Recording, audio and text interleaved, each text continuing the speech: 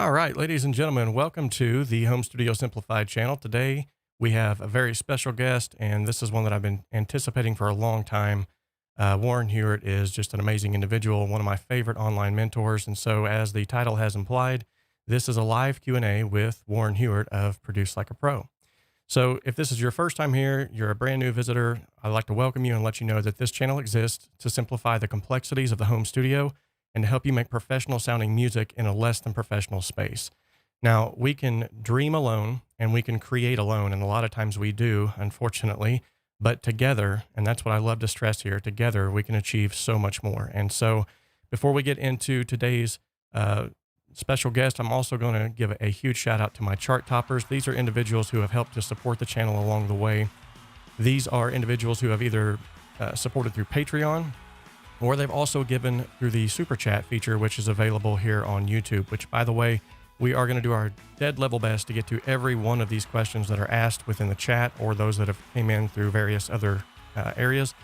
However, if you want to guarantee, like absolutely guarantee, that your question is going to be answered, you can always use that super chat feature for any dollar amount, and that will guarantee that we will actually see that.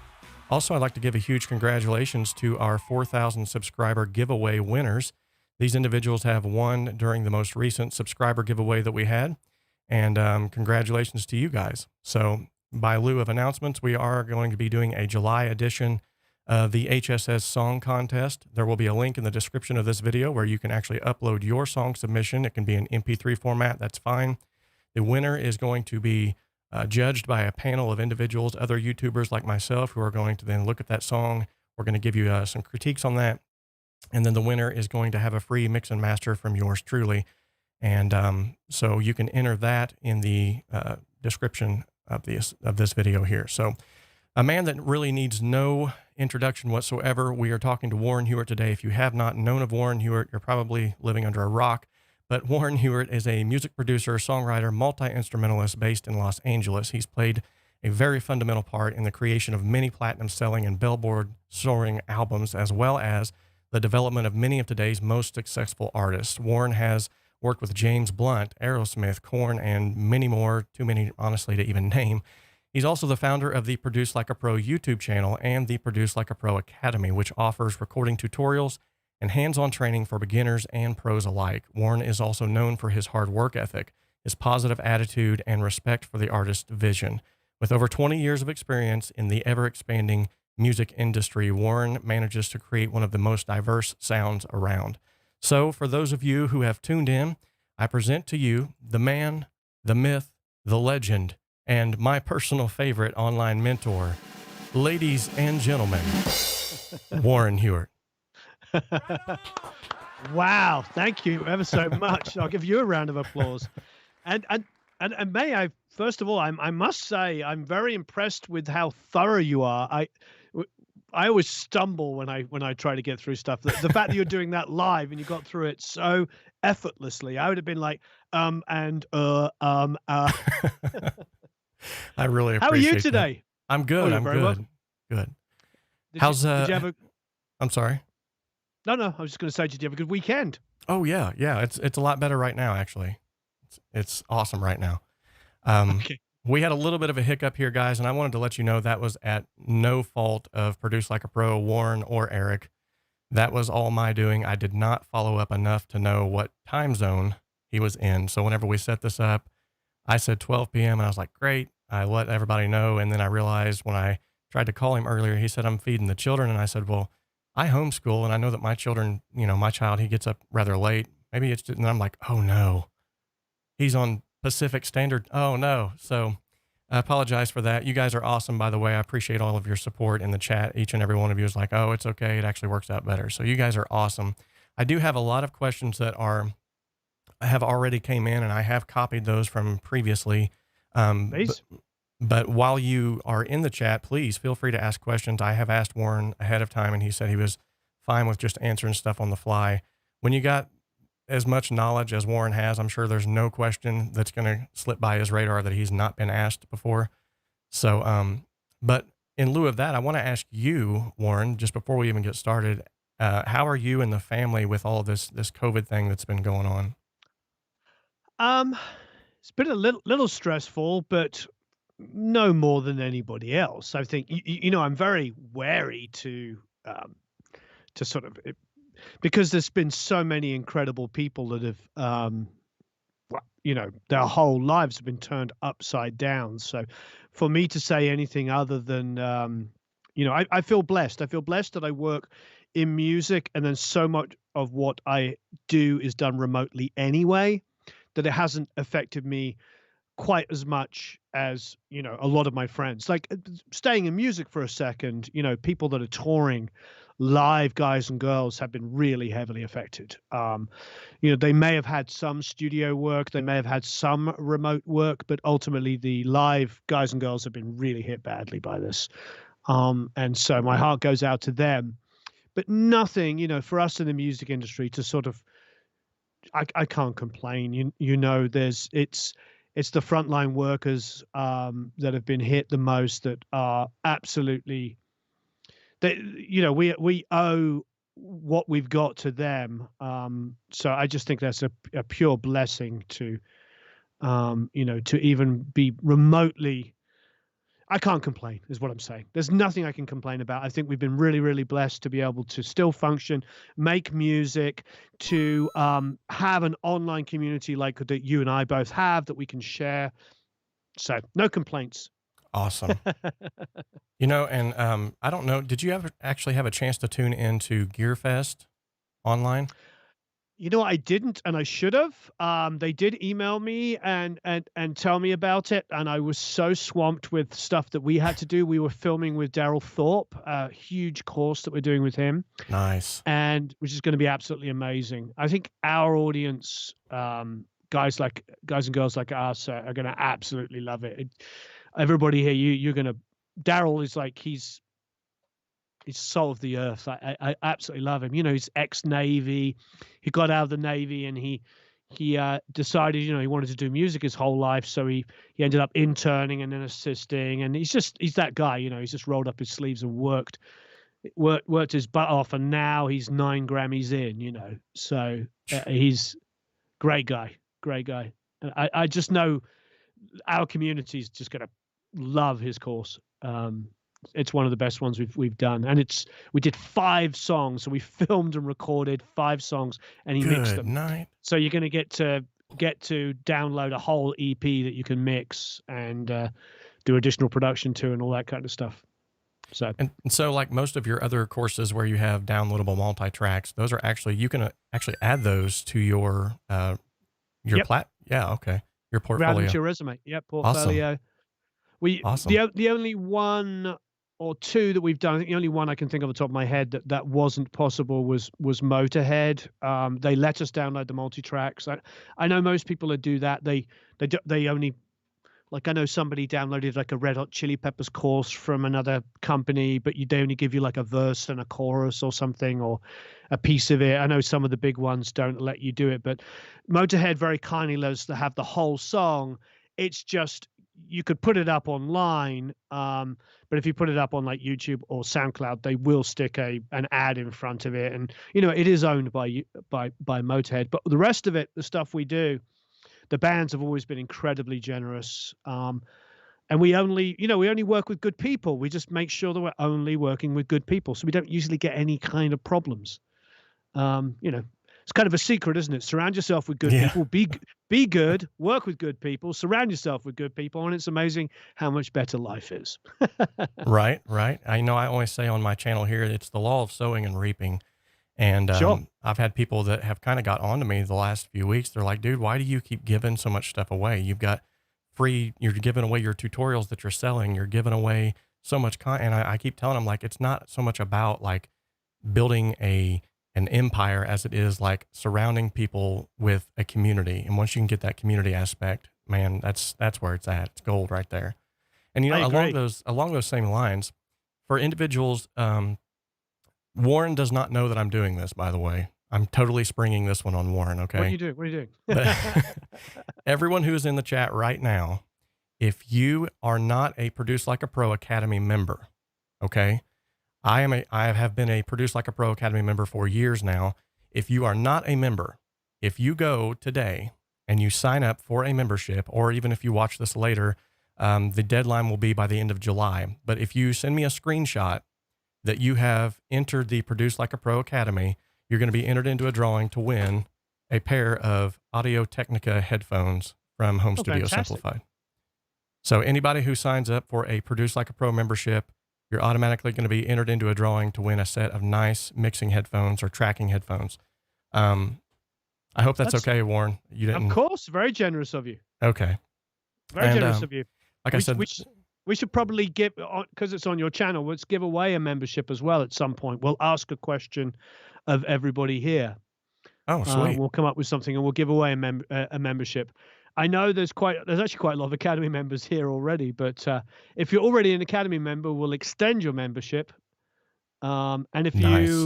there's actually probably some lifetime members. I can see a couple of lifetime members. And if there is some lifetime members, you can choose any course you want from ProMix Academy. We'll make sure that we'll do a question. We'll come up with a question whenever you feel it's pertinent, and we'll make sure people win lots of stuff. Awesome. Awesome. Thank you so much for that. Thank you. So yeah, we've got some questions here rolling in, but I am going to be just a little on the selfish side. And there's some questions that I personally want to ask Warren before we Please. get to those. And thank you so much for the super chats, by the way. You guys are awesome. I see Mike from Creative Sauces here. Excellent friend of mine. He's he's an Australian. So he's got that accent. Love them accents. So some questions. Long as he likes cricket, I'm happy. I have heard that you are quite the cricket lover. Yes. I do love cricket. Yes. So my first question was, and I've kind of touched on this just right from the offset, but I would like to know, like, how has COVID affected your personal workflow in the studio? I know you said you do a lot of remote work, or even in a broader sense, what changes have you seen in the industry? Because I think I've seen a lot of adaptability. So I want to know what you're seeing. I think the first thing that happened with, like, in the first week is pretty much everybody I knew that wasn't online hit me up and asked me 100 questions about being online. I got tons and tons of emails and phone calls, and I think the reality is for most people it's a long process, you know. So yes, get going, but you know, it's not overnight success. You don't just launch a channel and then, you know, make a living from it. You know, I didn't do any kind of monetization for 18 months, nothing. I didn't even put an ad on a video, let alone do any courses or anything like that. I really felt I didn't even know what that meant for the longest time. It's only been the last 3 or 4 years that I've moved more towards a more permanent educational role. But the reality is I still work. I mean, this week we're producing a track for an artist, plus we've got to mix a live EP of 7 songs. Has all got to be done this week.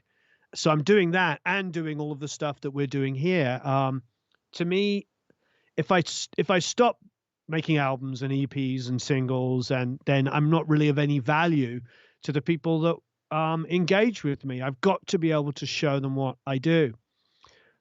Sometimes we've done a couple of things with artists very recently with COVID in mind. I personally, as asthmatic, I don't mind telling people that. I also come from a family of hyperactive people, which means high blood pressure. So basically, you know, I'm a healthy person, don't get me wrong, but it means that every time I interact, I'm always wearing a face mask. I cannot get sick. So as far as, like, you know, directly affecting me, it means that yes, I'm wearing a face mask. We did have a big masterclass in Nashville planned for next week, I think, or the end of the week after, and we did have to postpone it. We're still doing it because of obviously some people were nervous about traveling. And even though Nashville doesn't have a huge spike there, it's not so much that, it's the traveling, isn't it? It's people are worried about having to travel Right. hundreds or thousands of miles. So, you know, it's really a case of just understanding and being aware that things are going to be different for different people and adapting. The online world is obviously doing just as well as it was before. In some cases, people are seeing record numbers. You know, I know we've had some good growth, but you know, we've always been Produce Like a Pro has always been about engagement and community and about growing at a nice, good, steady pace. We don't do clickbait videos. I'm very aware of what you can do to get like tons of people. I can't do it. It goes against a lot. I tried to do, if I'm going to review a microphone, for instance, I'm going to record a song and then let you download the multi-track. So even if you don't buy the mic or anything like that, that's fine. You get something free. You get some multi-tracks to edit, compress, mix, EQ, reverb out, delay, do extra production too, whatever. It's always about how can we always be helping each other. Not to mention you get the multi-tracks to see whether you even like the sound of the mic. You might not even like the sound of it. To me, it's like, just like you were talking about right at the beginning, it's like always about how to help and reward each other. And if we can make money and a living as a byproduct of community and helping each other, then God bless it. That's otherwise, I've said this many, many times. Remember the old Groucho Marx quote, you wouldn't want to be a club that would have you as a member. Well, I think it's funny, but I think for me, I grew up in a little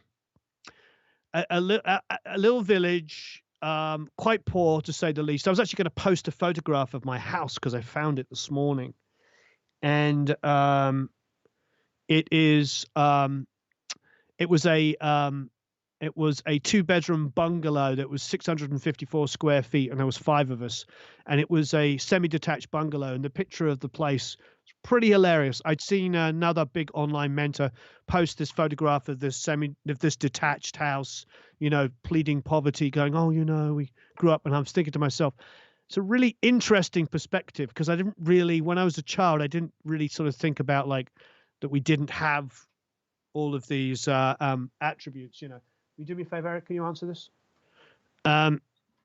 So to me, the most important thing is community, is about making sure that everybody around us feels rewarded, feels looked after.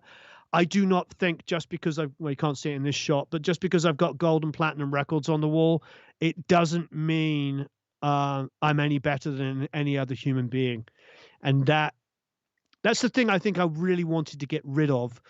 I felt like, to me, the thing that was missing when I started was the gap between, say, maybe Graham on one side and Dave Pensado on the other. I felt like there was the two extremes. There was the beginner level, which was fantastic, getting people started, and then there was a very kind of like, oh my God, you're amazing, kind of like aesthetic, and that's all good. I just wanted to be the guy in the middle that. Because I don't really sort of feel like I'm part of that exclusive club of backslapping. I just feel like I've managed to make a good career and a living and buy a house and feed a family off of doing this for a living. All of this gear, with very few exceptions, is all bought and paid for from making records. That's awesome. Trying to think what was given to me in here. They did give me those Callies, the cheap Callies over there, for $300. But the Genelecs, I had from Video One, SSL. I mean, everything. Basically, anything you can see in shot is. I can't think. Oh, I can't remember the Laney. I think I got a deal on the Laney. Anyway, you understand my point. It's like this is what I do for a living, and I have to be of value to people. So I have to show what it's like to actually do this for a living. And it's okay. I mean, it's okay for the YouTubers that maybe are marketing guys and they like start a YouTube channel and like, how can I make money? And that's fine, but that's just not me. Everything okay? Yeah, just picking up on it. Wants No. me to? Or, oh yeah, I know. Yeah. So anyway. Sorry, I'm waffling on. No, you're fine. You're fine. Everything you just said there was, absolute gold, though. And just from the outside looking in, as someone who has followed you now for quite some time and been a lifetime member of the Produce Like a Pro Academy, I have always seen that you have followed up with everything that you said just right now. Like none of that was fluff. None of that was put on. Not only are you real, which is what I think draws most people to you, the fact that you're just like down to earth, approachable, and real, but you provide more value online than any other, and I can say that unequivocally, than any other online mentor that I have seen. You go above and beyond to provide answer questions, go on live, take chat. Well, for instance, right now you're on a tiny 4,000 subscriber channel talking to some guy in Seymour, Indiana that, you know, Oh, I love Indiana. I was such great times there. you've For real, completely, we did the first Frey record there. We did so many albums there. Vadera. I love Indiana. awesome. Well, I didn't even know that. See, that's crazy. James Sheets wants to know, I'm going to try to get to some of these super chatters. James Sheets wants to know, what's the best level for the final mix on a master? So, well, it's if it's a final mix and you're having it mastered, every single mastering engineer, I've asked them all the same question, all the biggest guys and girls. I've asked Kim Rose and Piper Payne, Bob Ludwig, Warren Sokol, Gavin Lurson. I mean, just keep going. Adam Ayan. Like I've interviewed and I'm friends with so many incredible mastering engineers. That exact question. I'm like, what level? Because I know the answer, but I always make sure I ask them. I would say, what level do you want when you get sent a mix? And they're like, we don't care. Just make sure it's not clipping. Every single one of them says the same thing. Wow. They don't care. That's their job, is to bring it up to level. So there's a lot of mumbo jumbo with that kind of stuff. I mean, there's logical reasons why we need to be cognizant of volume, but they're very different to the ones that we had when I first started. So if you look behind me, I think you can see in the shot I have, yeah, you can. I have a Studer, an A80, which is a wonderful machine.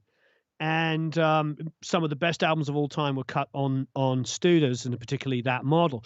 And the thing is there was tape hiss, and there was also all the hiss in all of the gear and the noise associated with running tons of tubes, valves, transformers, all kind of all outboard electronics will have an inherent signal to noise ratio issue. So what you've got to do is, like, when you're using analog equipment and going into tape, is you need to print a healthy enough level. So if here is your noise floor of hiss and hum, you need to be a decent amount above that before distortion, so that when you turn it up or down, the hiss isn't like, if it's only this much louder than the hiss and you turn it up, well, obviously that noise floor is going to be so bad that you're going to end up with and all this kind of stuff.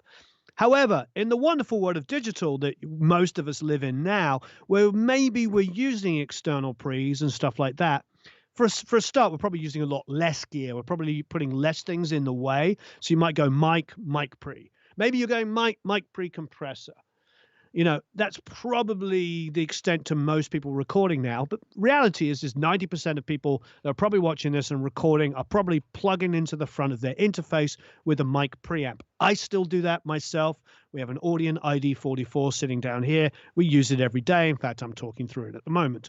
And the reason why we have it is because we do demos and everything using this piece of equipment over using some of the more flashy, expensive stuff, because we're trying to make it so that there's a consistent quality that people expect, that they know they can achieve. So when you download a mic demo, you go, oh, okay, yeah, that's Warren recording acoustic guitar. That sounds good. That's what I can afford. That sounds great. I like that mic. As opposed to spending, a couple of weeks, researching, right, trying to come up with the ultimate guitar sound that's going to. I have a different purpose on my YouTube channel. It's not about entertainment. It's not like heavily edited and every word and scripted. That's not the purpose of what we do. Ours really is just kind of pulling back the curtain and going, okay, let's make a video. Sometimes poor old Eric, it's like, we got an hour. We need to do a video for tomorrow. One take, off it goes.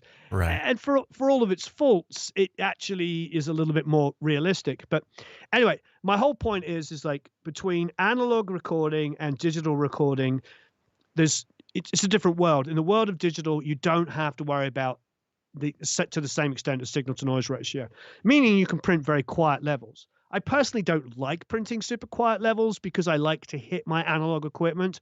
I like some of the analog emulation digital plugins actually sound better if they're hit a little harder. So I don't record super tiny little skinny, very quiet audio. Right. However, it's been proven many, many times that if you print something which is like, I don't know, -50 down from 0 or -10 down from 0 at the peaks, even though there's a 40 dB difference, once you turn that one that's 40 dB down, that's down. Once you turn it up by 40 dB and then phase cancel it, there's little to absolutely no artifacts, no difference whatsoever. It's a different world now with digital. You know, if I'm going into my ID44 and I record it like 20 to 40 dB down and then turn it up, the difference is negligible. It's non-existent. So it's a great world we live in. So my point is like, you don't have to print super hot. You know, if you're sending it to the mastering engineer, send it without any peaks, any distortion whatsoever, any clipping, and they will be happy. Now, if they're asking about mixing and mastering on the bus, which I don't like to do, then, you know, to me, it comes down to genre. What are you doing? Are you doing like a hard-hitting EDM track? Then you're probably going to compress and limit it and print it super hot. Are you doing a modern metal track? You're probably going to compress and limit it and print it super hot. Are you doing a beautiful folky acoustic vocal? You're probably going to want it to breathe and barely ever get near zero and just be open and gorgeous and let people use their volume control. There's a case of really applying common sense. I don't think there's anything magical about it. When I go online and I see all this, oh, well, I only do minus 18 LUFS. Well, I think minus 18, blah, blah, blah. And I see these people fighting about 2 to 3 to 4 it's meaningless. It's just not how, you know, it's not how it works. Plus, you should be using your ears. If the plugin manufacturer recommends a certain level going to the plugin, but you don't like the sound of it, but you did like it when you turned it up or you turned it down, there's your answer. I think ultimately logic and your ears are going to tell you the best way of working. Awesome answer, James. I think you just got a full-blown college course in one answer there. You're far too kind. That was awesome. Creative Sauce is asking, he says, in the end, what delivers most in the studio, talent or hard work? I think I don't want to be all philosophical, but I don't understand talent, the word. I think it's one of the most, and no disrespect, because I understand the question. What do they say? Talent. I feel like it's one of those kind of opportunity meets hard work kind of answers. Like the reason why I say it is like my father, God bless him, God rest his soul, was an amazing artist and sculptor. And he had more creativity than any other human being I've ever met in my life and was incredibly talented, but had the commercial sense. I don't want to make a joke at his expense, but he had no commercial sense. So he made incredible, beautiful paintings that littered our house and our relatives and our friends' houses. And he was not, first of all, there was no online marketing, obviously, when I was a kid, but he wasn't out there marketing himself. He wasn't banging down people's doors. He was just a very talented person that was able to make enough money to get us that little house that we grew up in. And God bless him for all of his creativity. My point is like, you know, could you call that talent? I mean, he was an artist, an incredibly talented artist, and he worked really, really hard and painted and created sculpture continuously for most of his life. So the hard work and the talent thing is all really, it's when it comes to being in a studio, to answer this question, when you're in a studio, the skills that you need are, yes, you need to be able to play your instrument. You need to be able to sing. You need the ability to write songs and whatever. But the biggest thing you need is the ability to be able to work with people. If you're in a studio and you're working with a producer or an engineer, you've got to be able to communicate with each other. You've got to be able to take, if you're the artist, you've got to be able to take good direction. If you're the producer, you've got to be able to give good direction. You've got to be able to encourage. I think the biggest analogy I use consistently, and you've probably heard me, Robert, say this inside the academy, if you're doing a vocal with somebody, for instance, and they sing one line really well in the second verse, talk about that. I can't tell you how many vocal sessions I did as an engineer where I listened to a producer berate the singer on the 39 lines that they sang wrong, or rather than talking about the one line which was beautiful. And That's just an agenda and an ego and an insecurity of a producer to think that way. It's a little bit like a definition. It's like whatever I do, and I can get ranty a little bit on other people's channels, and I can be really honest and forthright. And I actually welcome the ability to do that when I come to channels like yours, Robert, because I will be really forthright. I don't like some of the most successful channels are built around the idea of you know, back in the 70s, we made amazing music and you kids don't know how to do it.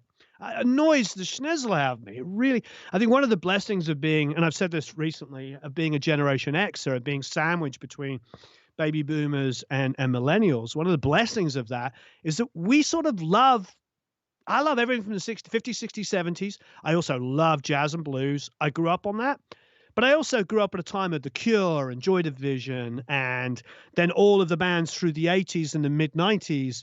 And I like what's great now as well. So for me, it's like, it's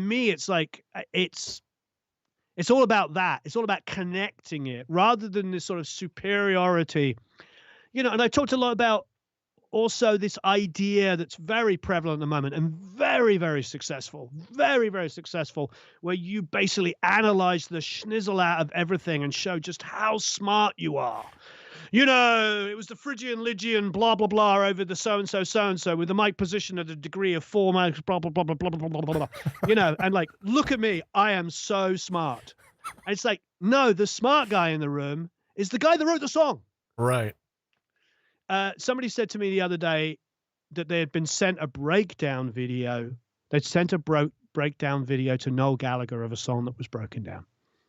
And Noel Gallagher said, the breakdown video is longer than it took me to write the song. I think awesome.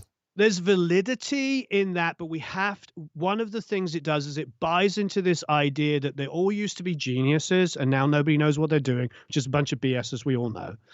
But it's propagated. It's propagated by everywhere, the media, everything, this whole idea that, kids don't know what they're doing anymore, and kids this and, I was a kid once, and I was probably all the things that, we criticize kids,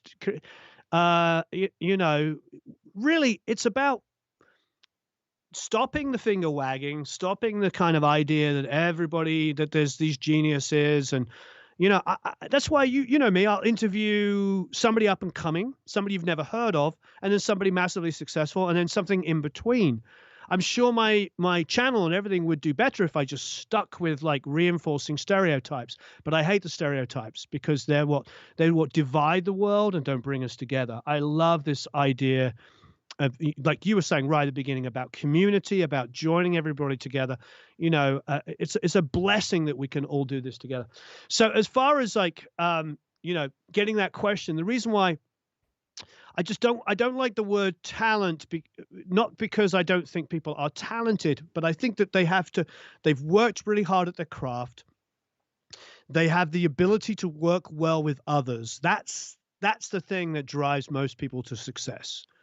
And it's, I was lucky to be successful as a producer and an engineer, by just working really, really hard. But I was like the little artsy kid at school, I was like the poor artsy kid. And, I had like one or two friends. So to me, it's like now all of us, like you and I and Anita, who just went woot woot, we all get to hang out together because this is our playground. You know what I mean? This is where we get to hang out together, where we get to help each other. Like you know what I mean? We didn't have the big muscles. We weren't necessarily that good at, sports. I was okay at cricket, but I wasn't very good. I just love it more. But you know what I mean? It's like, it's the old, when you think of British rock bands that I grew up loving, that many of us grew up liking, that's what they all were. They were all like little skinny little boys from England or Ireland or Scotland or Wales or, all of these kids that we grew up loving that were the misfits. Right. And now the misfits are all being aligned by elitism and stuff like that. It's like, no. We were all misfits. We were all trying to like find a voice because we weren't like big YouTubers waving our fingertips. We're more likely to get together and kind of hang out, and this is our playground. And yeah, anyway. Excellent, excellent answers, man. I'm telling you, you like rose up the underdog in me, and I was like, yes, that's like me right there. And I think It's that's all of why us.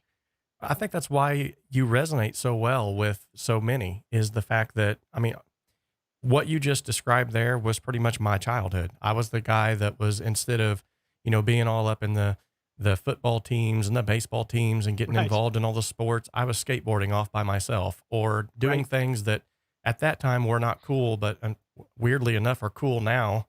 And I look back on it, and it's like you almost have to kind of laugh sometimes, because you're like, there were kids in school that were like just getting into things that I'd already been into. And they're like, oh, this is so cool. You've got to, and then they look at me and they're like, oh yeah, he's been doing that for years. So it's, I think honestly, if you just be yourself and you just continue to, shine your light, ultimately you're going to attract more attention from the moths. And also you're going to, either way, you're going to become a better version of you if you quit trying to live up to those stereotypes. So Warren, thank you so much for that answer, man. That was awesome. Thank you. I really appreciate it. I just to top and tail it all, you, let's think of like one of the most successful artists of all time, John Lennon from the Beatles. His mother and father got divorced when he was little. I don't remember what, 4, 5, 6, super young. He was made to choose which parent to go and live with, uh, and he chose his mum. There's a famous scene in one of those kind of documentaries where they have him standing on the beach between his mum and his dad. Apparently, that's true. So he's sitting there as a little kid, like, who would you want to go and live with? And he ran to his mum, which any little boy would do, as you would imagine. And after a very, very short period of time, she gave him up to her sister. And so he grew up with his sister. And then he then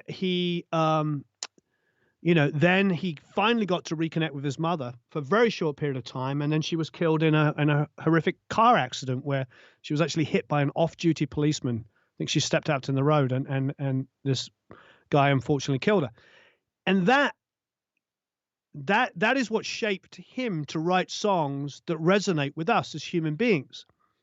And I'm sure there's plenty of college educated parents, were great, kind of wonderful people that break the rule, because this is not a rule I'm saying.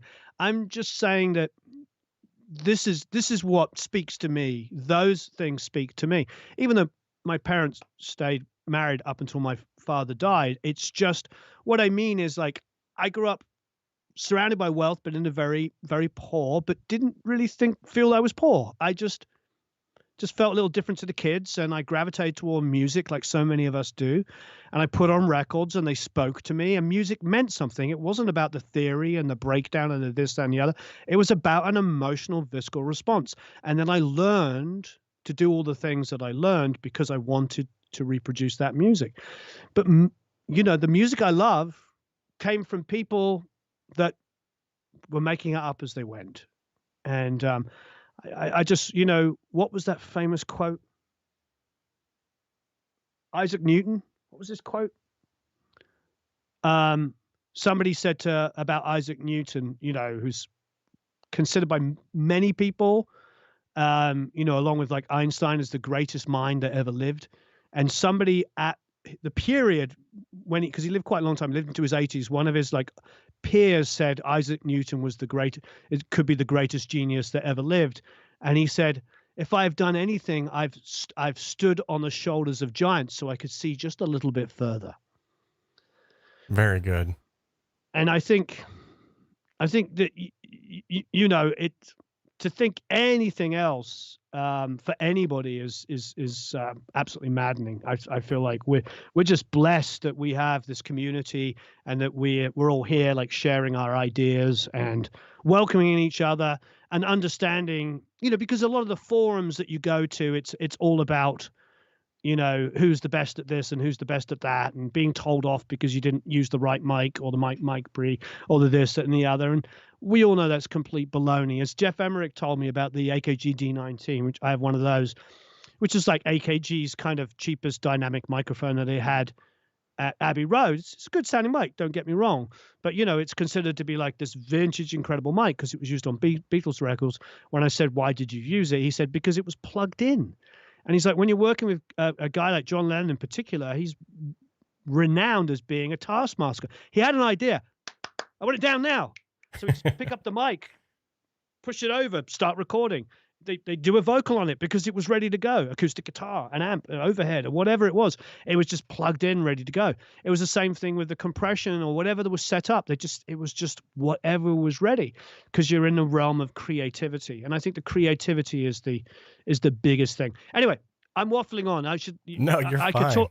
You could talk for days. You could talk for days, and I would be like, that's amazing. You're too kind, my friend. So Alexei Soloviev Music has we all love Alexei. He's an awesome guy. Hey, Alexei. He says, can you please ask Warren some questions about his YouTube channel, if it is possible, how he promotes his videos, what tips and tricks that he uses to get more views and subscribers, and what he can suggest to YouTube musicians who do tutorials to attract more attention? Well, the first thing I can say is, honestly, I don't actually do anything. We don't. What I mean is like it grew very organically. The number one thing I did was respond to people. To this day, none of the big channels do it. They just don't, but I'm not really a professional YouTuber. I have a YouTube channel and I am considered to be an influencer because of it, but I'm not a professional YouTuber. This is what I do for a living, and the YouTube becomes a part of who I am. I know that. But the professionals don't do the things that I do. So it really depends on what you want to build. If you want to build a successful YouTube channel that involves less work, then just make sure you always only feature like hugely successful things, like do a breakdown of a Led Zeppelin song or something like that, because people are going to watch it immediately because you put the word Led Zeppelin in the title. If that's what you want, you know what I mean? That's great. Do something based on like that. But for me, that's not who I am. That's not why we do this. I've thought many, many times about doing those kind of things. And the only time we do breakdowns is when we're with either a band member like Graham from Blur, is an old friend of mine. We'll do that.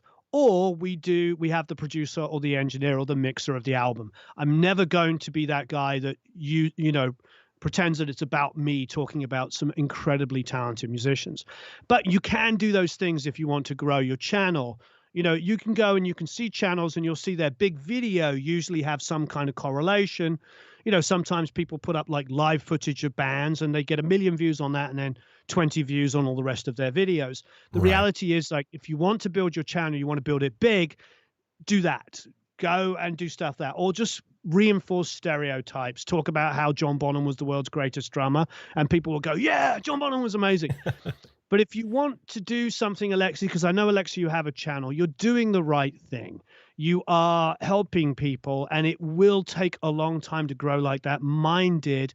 But it's okay, because you'll get a quality of person who cares about what you're doing, and you will share information and engagement. And like Robert was saying early on, that's what we're all about. It's much better, as far as I'm concerned, to be sitting here and seeing Anita and Alexei and Mark and, all of these people here, like sharing information, being really positive with everybody, that is far more important to me than somebody going, yeah, you're a genius because you understand blah, blah, blah. It's not about me. It's about us. And the only way to prove that is to really get engaged and get in there. But I will say, for the Academy members here, go and check out Alexei's channel and leave him a comment and like and subscribe to his channel. And then Alexei, do the same for everybody here. Anita has her own channel and she's does some great stuff. So many people here. A lot of channels spring up just by regurgitating other pieces of information and creating new channels. Do that yourself. Go and find something. Do your twist and your interpretation of how to mix a drums kit and something, and do a video. Whatever it might be. Just do it, because you have a validity. And even if you listen to like marketing guys, they will tell you don't need a huge amount of people. You just need people that care.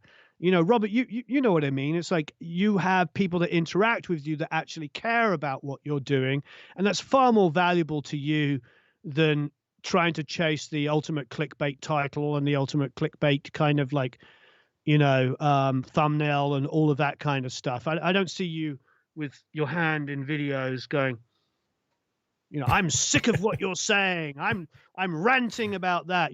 It's more of a community based thing. Yeah. Well, and I And feel like too, there is so much negativity in the world nowadays. I don't want to get on YouTube and watch another negativity based channel. I mean, and to me, what I have seen more traction with, at least not that I'm a huge channel, but what I've seen more traction with than anything is just by continually being positive. Even whenever I get negative comments, the fact that I leave the negative comments there, but I me answer too. them with a soft answer. And I tell them like, hey, I appreciate your input. Thanks for stopping by. I don't get mean or curt with them. I just let them know, like, I do know that you have, voiced your opinion. But, Alexi, I want to just bounce off of what he just said. You're doing exactly everything that you possibly can be because you're trying to help people. And I think the more that you base your content off of helping people, yeah, you may not grow as fast, but to Warren's point, there's so many large entrepreneurs out there that tell you if you can just have 1,000 diehard raving fans, you have a successful business, because there are channels out there that have hundreds of thousands of subscribers, but they're on auto post right now. They're not even behind the wheel. They're Mhm. literally like having other people post for them. And there are other channels out there, like he's already spoken of, that don't ever answer questions and they don't ever Yep. answer comments. And while they have huge channels and yeah, those might be profitable, at the end of the day, that's empty for Shows you me. who they really are. It's empty. Shows you who they really are. They're doing it purely and simply for advertising revenue and to reinforce their egos and a sort of elitist idea that they know best. I don't know best.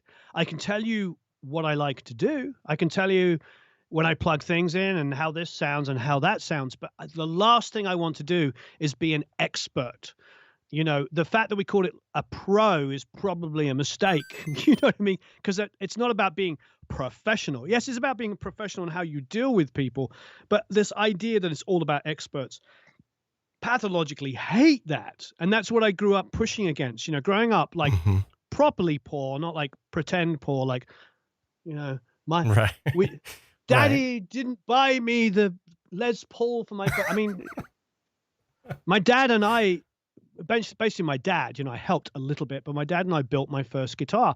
And yes, that was because I wanted to be Brian May. It's also because they couldn't afford to buy me anything, even a used guitar. And my dad, being the talented guy he was able to build me a guitar.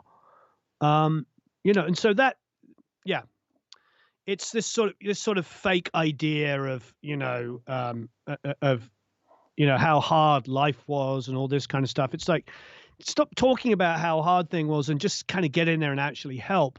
It's Exactly. I think we were talking about this, I was talking about this the other day with like soup kitchens and like, volunteering at on helplines and things like that. I've done all those things, not for an award here.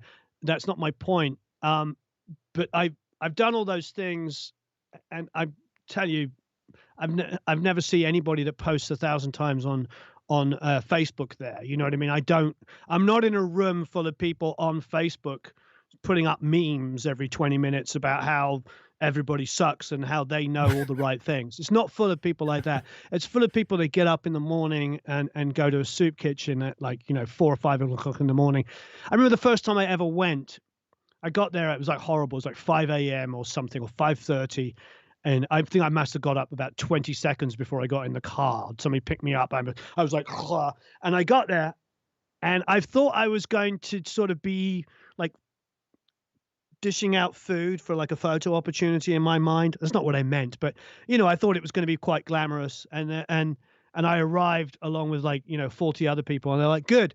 We have like, and they pointed to like, I don't know, 100 sacks of potatoes. I said, start peeling. And it was at the back of the building, downtown in LA, like miles away from anything, completely anonymous. Just get your ass into gear and help somebody for a change, Warren, instead of being a selfish, whatever. And no medal giving here, but you understand what I mean. That's what this is all about. It's like we're Right. just doers. We're workers amongst workers. There's no freaking, well, it's not a world I want to be in. Yeah. So another question from Mike Inyo from Creative Sauce. He says, this is one that he asked beforehand when I had that colossal blunder. He said, I'm sure that we've all learned something from you in the past. He says, thank you, by the way. But who do you, Warren, learn from now? Which producers do you learn new tricks from? Well, some of the best conversations I've had that I've learned from, basically every time I talk to somebody, I'm learning stuff. You know what I mean? I'm learning from amazing, amazing people. Michael Beinhorn obviously was a big one because he, Zay Ryan says, Daddy left the Les Paul in the East Wing. Dear. Yep. So, but anyway, yeah, so Michael's has been great because, but to be honest, I learn from making records, and I learn as much from an artist as I do anything else. I've said this a lot, so I apologize for the Academy members, but I co-write with artists, and I'm a married dude with kids, and I have youngish kids. My daughter's only 5. My son's a little bit more grown up. He's 13. Don't ask me why. We just waited. It's just the way it was. But in LA, you have to say same wife because people think that I must be another wife or something because our kids are far apart. I always go, oh yeah, I go 13 and 5, same wife. Just like, just because you see that look in the eyes of like, oh, is it? Yeah, no, it's same wife. But but anyway, cut long story short, if I'm writing with an 18-year-old girl, what do I know about being an 18-year-old girl? So, the lyrics have to come from her.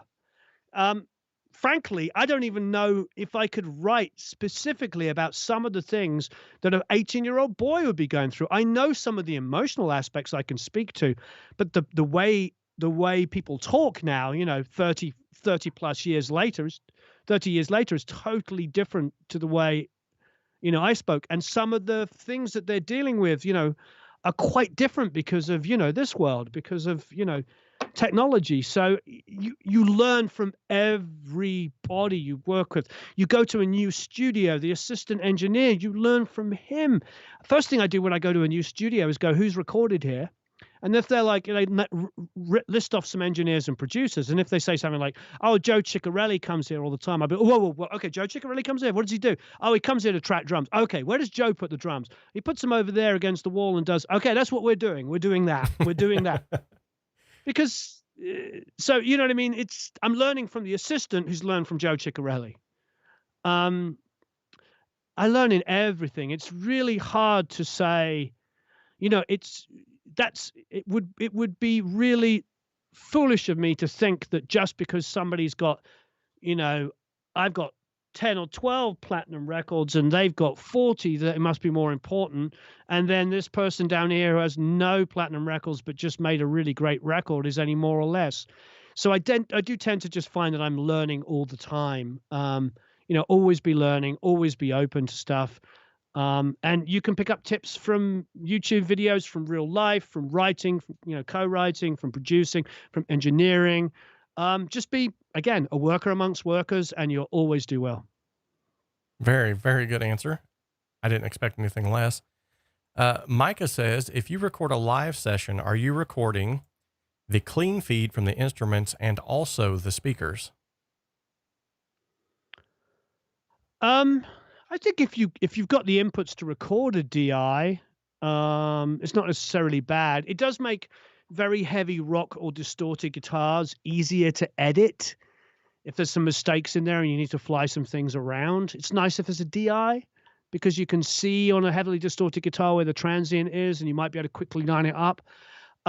If you wanted to reamp, I don't often, but if you did want to reamp, it's also nice to record a DI. There's no downside. The only downside is you're recording a live band. You've got 2 guitar players, bass, drums, keys, background singers, you name it. You might not have enough inputs to be able to get those DIs. I would say if I was recording a band live and you only had one input for bass, I might favor the DI over the bass amp, to be honest, because It's going to be cleaner. It's going to have less bleed in it. The bass is probably going to be bleeding a little bit into other instruments, so you've already got that ambience. I probably would only pick the DI, not definitely, but probably. You know, if that bass player had the best bass sound you've ever heard in your life and used a ton of pedals and was doing some really cool stuff, which is unusual, but if they were, and of course I'd stick a mic on the bass amp before a DI. But if it's just good old fashioned, holding down the root, rock solid kind of bass player, and I've got a limited amount of inputs, I'm probably going to go with the DI only. Not definitely, but probably. Awesome. So if you can, it's not a bad idea. Tone Mangler, which I've told you before, Tone Mangler. I love that name. He says, hi, Robert and Warren. So I guess this is a two-part. He's asking me and you. Just wondering if any of you remember what the first album was that you bought, or what was the first group or artist that made you fall in love with music? Does Tone Mangler, have you ever seen any of my videos? Because everybody here that's seen my videos knows the answer already to that question. But Brian thank you May. for asking it. Yeah, Brian May, was Queen. yeah, it was. I was 7 years old. Was I 7 or coming on 7? Anyway, I was young, and Christmas, and my dad gave me.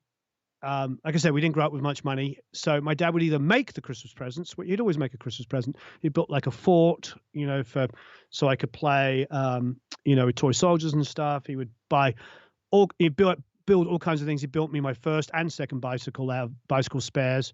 He found the frame of a bicycle in the local Basingstoke Canal where I lived, and brushed it down with wire wool and cleaned it up and sprayed it, and then built a bicycle for me.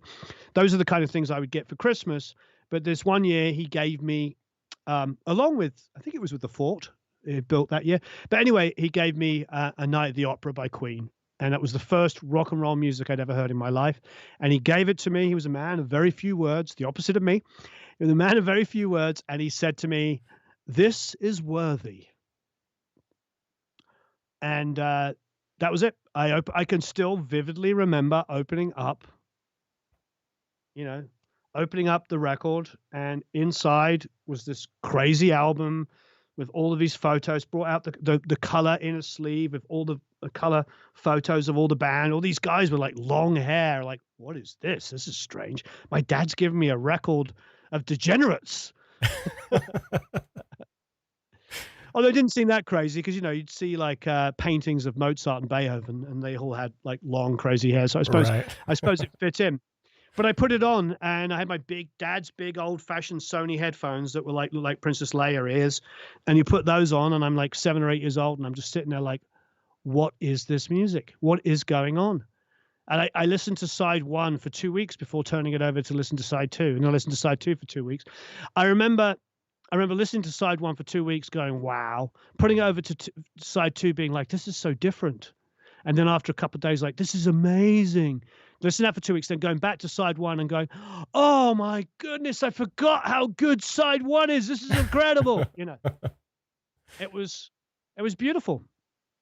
Absolutely beautiful. And that's why single number 1. I mean, my father's love of art, of everything art, whether it be Caravaggio, Mozart, Beethoven, Queen, whatever it was, Joe Pass, you know, his love of all things great in art. When you grow up with a really passionate and a household like that that's really passionate about art, it rubs off on you. My son I think I've told you guys this story. Robert probably know this one, but my son, I think it was last year, so he was 12 years old. It was Sunday. I said to him, we went to go and buy some food. And I said to him, "I'll come with me in the car." And he's like, "Oh, do I have to?" You know, he's 12. I was like, "Yeah, come and take a ride with me. I haven't seen you much this week." So he's like, "Okay." So he brings his phone. He has a phone now. Bring the phone. He goes, "Dad, can I listen to some music?" I was like, "Sure." And he plugs in his phone and he plays Nightfly by Donald Fagen. I'm like cheery-eyed. Proud father moment. Yeah. I haven't told him about Steely Dan or whatever. And I'm just like, then he goes, "Dad, did you know about this album?" I'm like, "Uh-huh." And he's like, "Did you know, you see, this was Donald Fagen talking about the 50s, you know, the post-Second World War nuclear age." And I'm like, "Uh-huh." And he's explaining to me everything that, you know, we would know as fans. And I'm just like, this is amazing. And then like certain songs come on, he starts talking about it. And he's like, did you know the cover is like him reenacting himself as a DJ from the 50s? I'm like, uh-huh. And it's just absolutely beautiful. So even though I never played that, I never did it. It's the same osmosis effect that that my father had on me. So even though my father, with the exception of like buying Queen, he never directly said to me, "This is what you should listen to." It was just in the water. It was in the air. It was in the surrounding. This great art, and that's that's what got me going. But obviously Beethoven and Bach and Schubert and Tchaikovsky and oh god, everybody, Mussorgsky, Khachaturian, Mozart, everything, Handel, Haydn. I could just keep going on and on and on. That was just being played all day. So listening to great classical music and the really great pop and rock really shapes me, and I thank my father for that. Awesome. So to answer your question on my end, I grew up in a home where it was a little bit different. I look back on it now. I never, much like Warren said, I never thought we were poor, but we were poor. I can still remember my mom handing me the last hot dog in the house. And, but we grew up with a lot of great music, and some of the music that we grew up with still holds with me to this day. But I remember I was listening to something. I had just turned 12, 13, and when I really started to get into music itself. Up until that point, it was just always in the background. And so I picked up a guitar. My dad showed me how to play Smoke on the Water. That was all he knew how Nice. to play. And I picked it up and put it down and picked it up and put it down. And I remember one day he was listening to some music in the other room, and I heard these lyrics that I was like, what in the world is that? So I stumbled into his room and I said, what are you listening to right now? And who is that lady singing? Well, come to find out, that lady singing was actually not a lady. He was listening to Rush. Oh wow. And he said, "Oh, no, that's not a lady." He said, "This is Rush." And so he threw me the sleeve to the 2112 album. And I said, "Do you mind if I go and I check?" Because at that time, believe it or not, even at my age, we had a record player in the house. My dad always loved the sound of records. So I said, "Do you mind if I go and put on the headphones and listen to this?" I was drawn to that. I was enamored by it. I was like glued to those headphones until that entire album played all the way through. And from that day forward, I had made up in my mind, I'm sticking with the guitar. I'm sticking with music. It like hooked me. And so from this day forward, like Alex Lifeson is like one of my all-time favorite guitarists. And Neil Peart, in my personal opinion, I mean, you all can hate me in the comments if you want, one of the world's greatest drummers. Just Geddy Lee, amazing bass player. And then when I found out this was only, I remember looking at my dad with complete disbelief. I thought he was lying to me when he said, there's only 3 members of this band. And I said, "Dad, how are they doing all that? There's no way there's only 3 members. And he goes, "No, he's playing bass and he's playing synth at the same time." Mind blown. So, yeah, the one that started it for me was definitely 2112, Rush's 2112. So excellent questions, guys. You guys are awesome. Thank you so much too for the support in the chat. I see that like there's millions of people in, or hundreds of, okay, there's tens of 20s of people in here that are like helping each other out with questions and just generally being awesome. You guys are just awesome. I'm going to go ahead, and if you have came in late, I want to let you know, I kind of sprung something on Warren at the very beginning of this, that if any of you are not Plappers or Produce Like a Pro Academy members, I want you to go over there and sign up for a Produce Like a Pro Academy membership. How much is that now, Warren, by just off the top of your head? It's still currently $169 for a year and $17 a month. It will be. We're going to be doing a massive summer sale in another week or so. But after that, we're going to put the prices up quite a lot higher. We have so much content now, and we have so everybody that's in will be grandfathered in at whatever price they paid. So not a big deal. If you got in on a deal, you're in a deal for the rest of your life. If you're doing a monthly, you're in the monthly for the rest of your life. But we will be putting the prices up because we want to do more content with more producers and engineers and have him be captive inside. Quite frankly, we just did a hip hop course with Matt Weiss, which would normally be a course that he would sell. I know, he's done them with Slate. He's done them with a lot of big companies that paid him a lot of money. And he very kindly did a course with us. And I believe he has 3 coming out. So he has 2 more coming out And I think Brad Wood's going to be doing some stuff. We have a lot of really great things coming up. So we need to be able to reward all of the incredible mentors that we have, and pay Eric, of course, because he's got to maintain that haircut. Exactly, He's got a exactly. new haircut. It's all very flash. So if you are not a member right now, like Warren is saying, is the best time for you to get in, because you're going to be grandfathered in at a much more affordable price than what it will be later. Now, what I would say is that if you have to come in later, I guarantee you there is still going to be enough there to more than cover the cost of whatever your monthly or yearly membership is going to be at that particular time.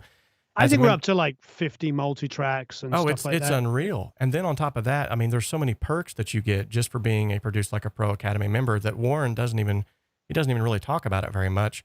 But you get discounts on products. You get just a huge online community in there that are really quick to answer questions. Everybody there is so cool. But apart from just getting in right now while the price is a little bit more affordable, if you sign up today and you send me a screenshot of your process, like of your dashboard that you've signed up and that you are officially a member, I'm going to be putting you into a drawing to win this set of Audio-Technica mixing and tracking headphones. And so that will be, the deadline for that will be by the end of the month. So make sure you signed up by the end of July, rather. So if you can send me a screenshot, the email is homestudiosimplified@gmail.com. Send me a screenshot, say, hey, I've just joined the Produce Like a Pro Academy. You'll be entered into a drawing to win these headphones. And not to mention, from what Warren just said, you're going to get in at a cheaper price point than what it's going to be here to come. So Warren, I don't know how much more time you got. I don't want to completely take up your whole day here. Maybe got time for maybe 3 to 4 more questions, or? Yeah, absolutely. Okay. I'm going to ask some that I have here. What do you feel like is the most important aspect of building credibility with clients as well as peers? I mean, it's a little bit like the Wayne Gretzky quote, isn't it? Was it the only shots you score are the ones you take, or something? I can't remember what it is. Basically, if you really have to suit up and show up on time and be reliable and do what you say you're going to do. But in order to do that, that's like 50% of the job. 50% of the job, they say it's 90% of the job. No, it's actually 50% of the job. 50% of the job is showing up on time and doing the job you say you're going to do and being reliable and pleasant to work with. The other half of it, really, or the other 49%, should we say, is really making sure that you have clear boundaries that you've created with the artist or the producer or whoever you're working with, the label, because the first half will look all wrong if you haven't defined the second half. Meaning, if somebody comes to me and says, hey, Warren, I've got a song to mix, I will say, here is what I charge a major label. Here is what I charge an independent artist.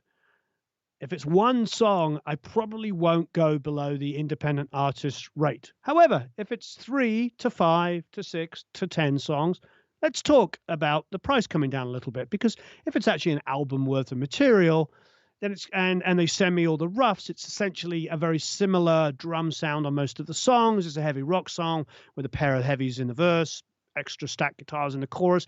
You know that the more songs you mix, the easier it's going to get. You're going to be able to import sounds and settings from one to another.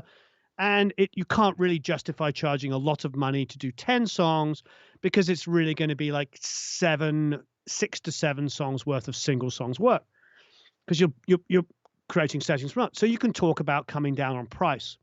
However, all of these things are clearly laid out at the beginning. How many recalls you're going to do? I'm going to do 3 recalls. If you want to go to a 4th, a 5th, a 6th recall, then we have to talk about how much extra of my time it's going to cost, because I've just given you a really low price to do a song, which I'm happy to do, no resentment. But if you're going to make me recall it over 2 days, then we're going to have to talk about how much more. So then I have to go, well, we recently had this with a band. Artist sent us a track, and it was very modern rock sounding, a little bit too clickety modern rock for what I would have done. So I emailed back and messaged and said, and then got them on the phone saying, I don't really see this as a modern rock thing. I'm not ultra clickety-clackety modern rock, everything sampley guy. Yes, I will use samples if necessary to make your drums sound bigger. However, that's not who I am. It's not because it's ideological, because I don't like the sound of that. I would much rather get a big, natural, roomy tone out of your drums, big smacking drum sound, and it's going to be a little bit more classic rock and a little bit less modern metal. Are you happy with that? And they said, oh yeah, we just want you to do what you do. So I did what we did. And then all the mix notes we got back, you guessed it, were all referencing making it sound like clickety modern rock. Right. So I was able to get on the phone with the guy and talk to him and say, look, we had this conversation. I told you how I saw it and what I thought was going to be best. And they sent me more references, and I listened to them, and I'm like, well, of course they were conflicting. I'm like, you want the big open drum sound of this song with two little single skinny guitar parts, but you also want the guitar sound of this song, which is and the drums go clickety clickety clickety. There's a reason why modern metal has drums that go because the guitars are like this. They are these massive sound. People say, oh, modern, they don't use as much reverb. Well, you could put as much reverb as you like on the drums. With the guitars, as a wall of sound are just going to soak it all up. You solo those drums, they might be, they might have 2-second reverb tail on every snare hit. The point is the guitars are so massive that all of that energy gets soaked up. And so we found a compromise on it. But the point is like, I had to have clearly defined boundaries. And it's just as important, because if you don't have those clearly defined boundaries, you are going to tie yourself in knots. You're going to be mixing a song for a week, but you only charge $500. And now you're looking at like, I'm making $100 a day, and each day is 12 hours long. So I'm making about $7.50 an hour for a week, and I'm also absolutely exhausted, and all of that kind of good stuff. So it's not just the suiting up and showing up, but if you want your credibility and your business to grow, you also need to be able to be forthright and have really good boundaries, because otherwise you're going to be that guy, and it's happened to me in the past, that they're not happy with, even though you just worked 80 hours on a mix. Yeah, man. Because you weren't able to define your own boundaries and get what was best out of it. I had a really great conversation for an hour and a half this morning with somebody I'm going to be working with. I'm not going to say who it is because they're quite well known. And it took an hour and a half. And at the end of the hour and a half, we found the perfect compromise in a business solution that we're going to do. It took an hour and a half to figure it out. And that's okay. That is okay. It shouldn't be just like, this is what I do and this is my price. That idea, and this is going back to what we talked about at the beginning, that kind of elitist BS idea. The problem is when you're watching those videos and we all know who they are, by those guys that are like wagging their fingers and going, you kids, you give us too many tracks. You kids, you don't know what you're doing. You kids of today. And whoa, these old school mixers, when they're doing this, they're propagating a myth, which is just not real. The rest of us are rolling up our sleeves and getting and making great music, working hard, not calling up the artist or having our manager call up the artist and say, well, blah, blah, blah, blah, blah is not happy with the tracks you provided. You need to redo them. I mean, that just isn't going to happen. And that, to be honest, people saying that, most of them aren't working themselves, and if they are working, they're working at a massively reduced rate. So it's kind of this mythology, this old negative old idea, like you kids don't know what you're doing and your plugins and you need the hardware and this and that. It's all a bunch of absolute schnizzle. It doesn't mean anything. The reality is like, it's the skill set of you as a guy or a girl in the music industry doing this, working hard, having clear boundaries, but not mean, just honest, clear boundaries so you can look your best. Because if you don't have clear boundaries, you'll look bad.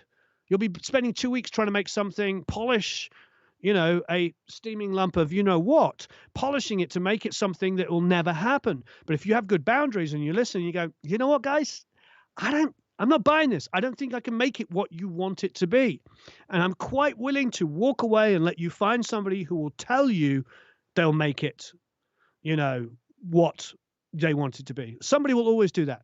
That's how you build your credibility and your credits and your client list, by making sure that you suit up and show up and do what you say you're going to do, but you also have good, clearly defined boundaries about how you're going to make, what you're going to do, and how much you're going to charge, how much of your time.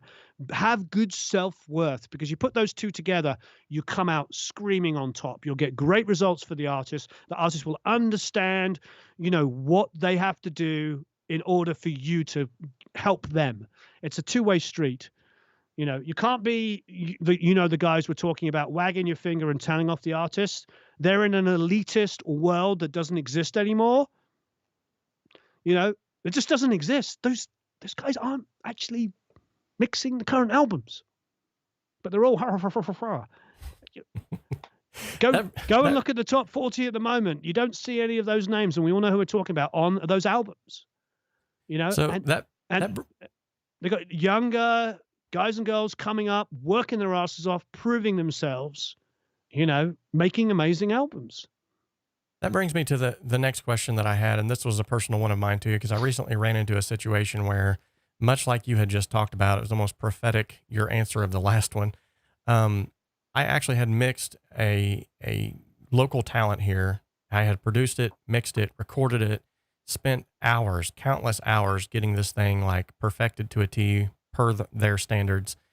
Come to find out, I get a text from what I feel like was this young lady. She's telling me, this isn't what we asked for. And I said, well, I had you literally sit down in the studio, and we went line by line on her vocal until I said, are you okay with that? Are you okay with that? To try to mitigate this. And then come to find out, for the last 30 minutes, I was talking to her dad on the phone, who was texting me from her phone, sort of underhandedly, making it sound like it was her. I guess he was trying to catch me in something or see if I would say something off kilter. And when it was all said and done, I said, look, what I'm going to do is I'm going to deliver you. And like I said, I thought I was still talking to her. I said, I'm going to deliver you back the multi-tracks that I recorded for you, because that's what you paid for. The production, the artists that I hired to play on your album, all of that, I paid for out of my own pocket to try to help you out. I never charged you for extra revisions or anything of that nature. So I'm just going to send you exactly what you have paid for. And I just don't think I'm your person. I'm just going to have to cut my losses, because I don't think I can provide you what you're needing. And then I find out he blows up on me, and he says, well, he starts threatening court and all this other stuff. So how do you navigate through legalities with artists? Like, I need questions though. I need to ask you a couple of questions. Why are they threatening you? What the court? What do they think that you didn't do? well, see, and that's what, to be perfectly honest, I was set on my heels, because I'm like, no, I delivered actually over-delivered what you even asked for. The thing that he was trying to say, which he finally came out and said it, which he was rude about it in the first place, had me on speakerphone, background noises, all kinds of, instead of just like approaching me face to face, which would have been much better. But he said, we paid for a finished product. We paid for a song. And I said, no, you paid for me to track her vocals and her piano, which I did. And he said, well, this doesn't sound anything like what we had expected it to. And I said, well, that's why I had her set in the studio with me. And he said, well, what you're trying to do is you're trying to get these people that you've hired in, the bassist. I hired a live bassist because I can play bass, but it would have sounded better with someone who is an actual bass player. I hired a live drummer. I had them, send me tracks from all over the world to get this all, piecemeal together. And it sounded, in my personal opinion, it sounded excellent. And he said, all you're trying to do is get a name for yourself, and you're trying to get them paid and us paid. You're going to take royalties from this song when she makes it big. And I thought, I have done you a huge favor, a huge service. And then that's when he said, well, because you're just trying to get your hand in the cookie jar, I'm going to have to talk to my lawyer about this and get all of that music. So the cookie jar, well, I don't know. To this day, I mean, I'm still like, can I ask you, do you mind telling me how much they paid to do this? $70. Oh my God. I know. And I literally worked my tail off because I had a lot of faith in the artist herself. She's 15 years old, so I knew she didn't have the money to put up front. I even had the artists that came on board. They took drastically reduced cuts in their what they were charged. $70. Yes, yes, He that's was what. he was threatening legal action over $70. Yes. So should I have like up front? Should I had a contract like right up front, like this is what you're paying for, this is what you'll get, or should I just maybe in order to cut that off, like cut it off at the head, just say, look, my rates are this much, and set it at a higher rate to sort of weed out those that might be that way, or how would Well, you? well, it's such an unusual circumstance because there's $70 doesn't give you a room for anything. The problem with $70 is you can't pay anybody to do a contract, and if you spend a long time negotiating what the $70 is worth, it doesn't pay anything either. Um, no, if there's any lawyers watching this, they're going to hate what I'm about to say. So sorry to all the lawyers, but my lawyers, almost all of them, have said to me, if it's in an email, it's as good as in a contract. So what you should do, no lawyer's going to admit that here. If there's a lawyer watching, I would never say that. They'll all say that. But that's the reality, because if we went to court and you had an email where you said, for $70, I will provide you with 2 or 3 hours, whatever you would have said, recording to do something, or I will provide you with a piano vocal, recorded to the best of my abilities for $70. However you worded it, whatever it is like that is really the only thing to go on. The rest of it's all kind of hyperbole. It's after the fact. It's he said, she said. It's best then when, quote unquote, negotiating, or not even negotiating, but outlaying what you're going to do, sorry, just to put it in writing. Just say, okay, got the demo, really like the song. I think we can record this between 3 to 6 p.m. on Wednesday, the 2nd of June, or whatever it is. See you then.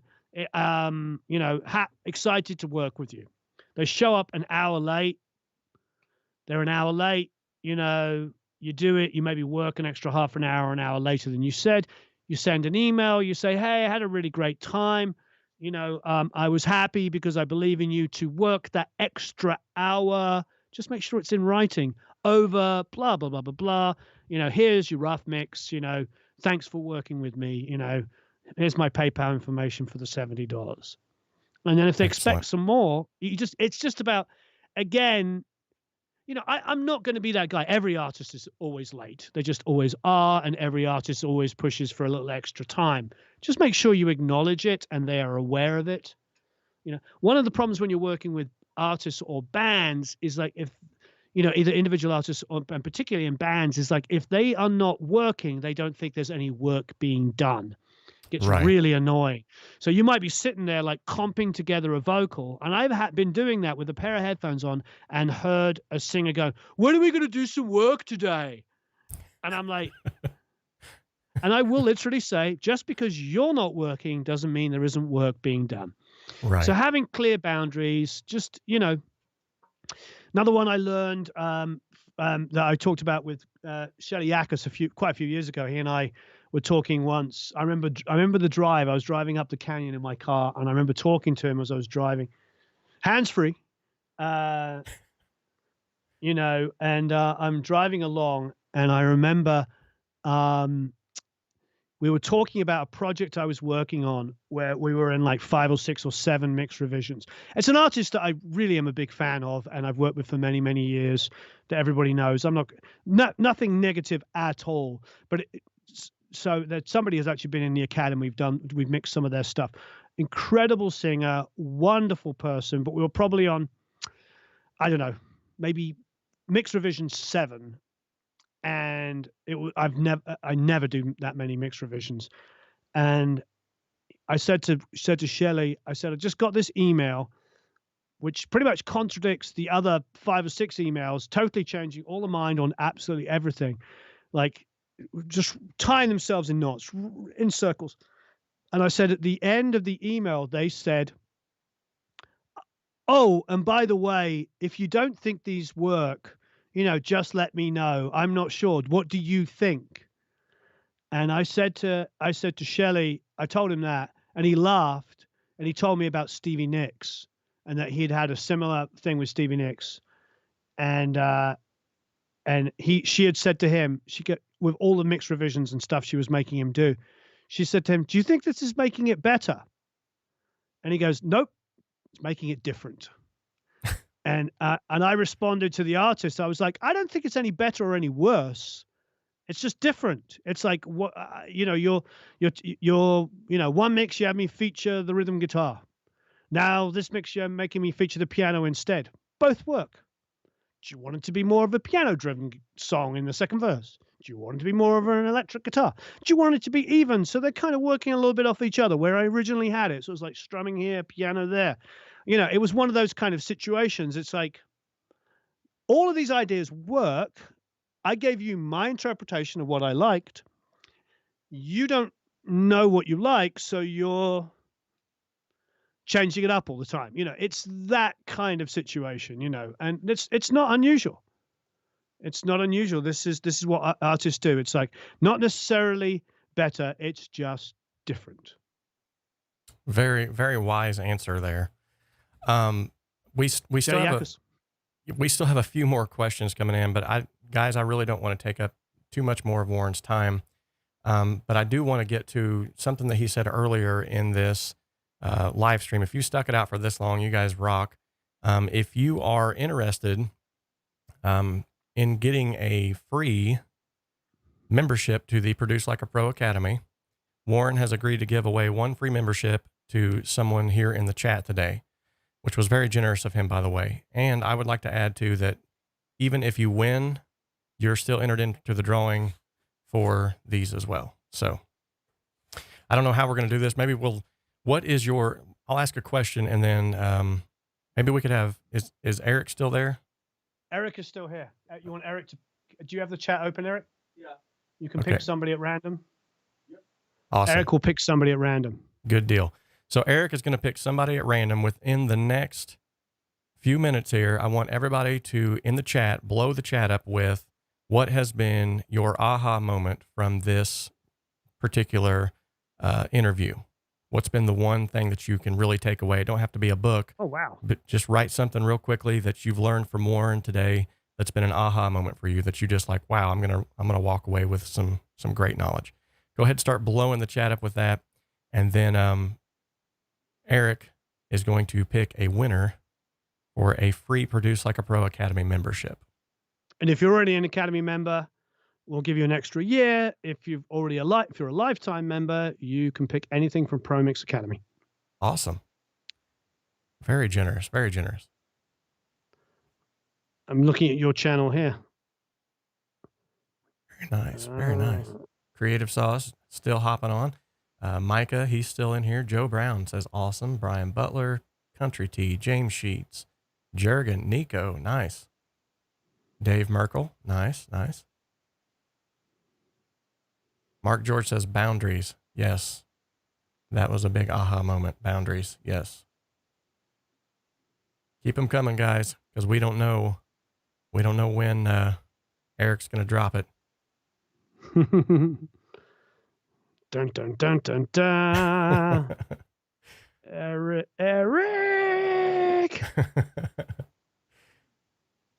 Don't be spoken down to by back seat drivers. Nice, Dave. That's a good takeaway, man. Warren is the only pro I feel I sort of know. Man, there's a song right there. Thank you, Joe. I appreciate it. Lalo says we think alike on these issues. Yeah, and we always have to remember on all of these conversations we have with artists, whether it's creating boundaries and stuff, we have to be treating people with the utmost respect. Mario says he liked the one on not being an expert. You can learn and still learn. Don't be a jerk about the knowledge you think you have. That's great. Yeah. Warren, that's one of the things that I've loved about his channel this whole time is that he's not one of those that puts himself off. Although he, in my personal opinion, is like way up there as far as pro level, he doesn't come across as that. And he'll be the first to tell you that he'll learn from anybody. And one thing that I have always learned from everybody that I follow and just in my own personal life, The second you quit learning, you die. You grow stagnant. You have to always be learning. And Warren has been a great example of that for sure. Build forts for your kids, says Brian Butler. Poet and didn't know it. Nice. Nice. Keep them coming, guys. We don't know when Eric's going to drop the gavel here. So. Talent. Comping really is work. Yes, that's a fact. Talent is overrated? Question mark. Queen is awesome. Wow. Guys, they're still pouring in. Warren, thank you so much, man, for taking the time out of your day to do this. And It was a lot of fun. Thank you for having me. this has just been a great time for me. We did this about 4 years ago. A lot of people didn't even know I had you on 4 years ago. It was more of a podcast episode. So if you guys want to go and check out the Home Studio Simplified podcast, you can hear our first ever episode where I interviewed him on, and you can actually hear at the very end of that episode, I left it in there, where when I finally hit stop and ended the stream, you hear me go, I just interviewed Warren Huart, and then it cuts out. You're very kind. It was a very kind. very exciting moment for me. You're too kind. Honestly, yeah, that means a lot, because I'm just another dude. Clickety, All right, Eric. clickety is a thing. Nice. Eric, do you have a choice? Brian Butler. Congratulations. Brian Butler. Congratulations, Brian Butler. You have won. That's All right. that was the beautiful one. Look what he wrote. Nice. So Brian, in the chat real quick, if you could let us know, are you a first-time member or do you already have a membership so Warren can know how to sort that out? Brian wrote, build forts for your kids. Nice. That's beautiful. Thank you, Brian. Nice. Yep. It's All right. very true. That's that philosophy. Yeah, it's be a good person. Like I said, my dad, we didn't have any money, but my dad gave us the education, the correct. I'm the reason why, you know what I mean? I'm successful because of him. And yeah. Isn't it amazing that you don't know these things until you have your own children? Right. Yeah. And then there's that thing too, where I heard all my life growing up, time flies when you have kids, and you always think that's just a passing thing that people say until you have your own kids. And you look back at the last 13 years, my son's, he's getting ready to turn 13 too. I look back and I'm like, where did 13 years of my life go? It's crazy. Very crazy. I remember as though it was yesterday when my son was born. Nice. So Brian says he's already an Academy member, so I'll let you guys work that out on your end, what he's going to, okay. Yeah, I just wrote there we 2 go. course from Promise Academy. Right on. Or you can get another, yeah, my dad was amazing, Mark, but he was also, like everybody's dad. You know what I mean? He had his faults, he had his good. Exactly, Mark, right? All dads are heroes. Exactly. I think that you just don't, when we're kids, we respond to every single emotional thing. They're a bit happy, they're sad, they're a little bit irritable, they're a little tired, they're a little bit overjoyed, whatever. They're human beings. They go up and down. So you're hypersensitive to it when you're a child, and then you get older and you become that same person, and you have your own kids, and you're catching yourself maybe being a little short with your kids, and you're like, now I know what's happening. I remember now my dad being a little short of me, and he'd been up since 6 a.m. working, and now it's like 8 or 10 o'clock at night, and you know what I mean? Yeah, so it's one of those things. Yeah, you sort of, God bless it. Well, Warren, thank you again so much for coming on here. Do you have any parting words for the audience before we go? All I can say is thank you, Robert, ever so much. This has been absolutely amazing. And please, whenever you want to do these, we'll do some more. Oh, wow. These are a lot of fun. Awesome. Yeah. And as far as all the Academy members here, please, and if you're not an Academy member, please join. But please have your YouTube channels. Let's all let's all interact. I'm happy to be involved in any way I can to help everybody. It's all about community. It's all about building community. It's about putting all of that elitist expert BS behind us and realizing all the people we admire don't fulfill any of those stereotypes. They all rolled up their sleeves and just did the best art and music they could. So that's Awesome. a message for us.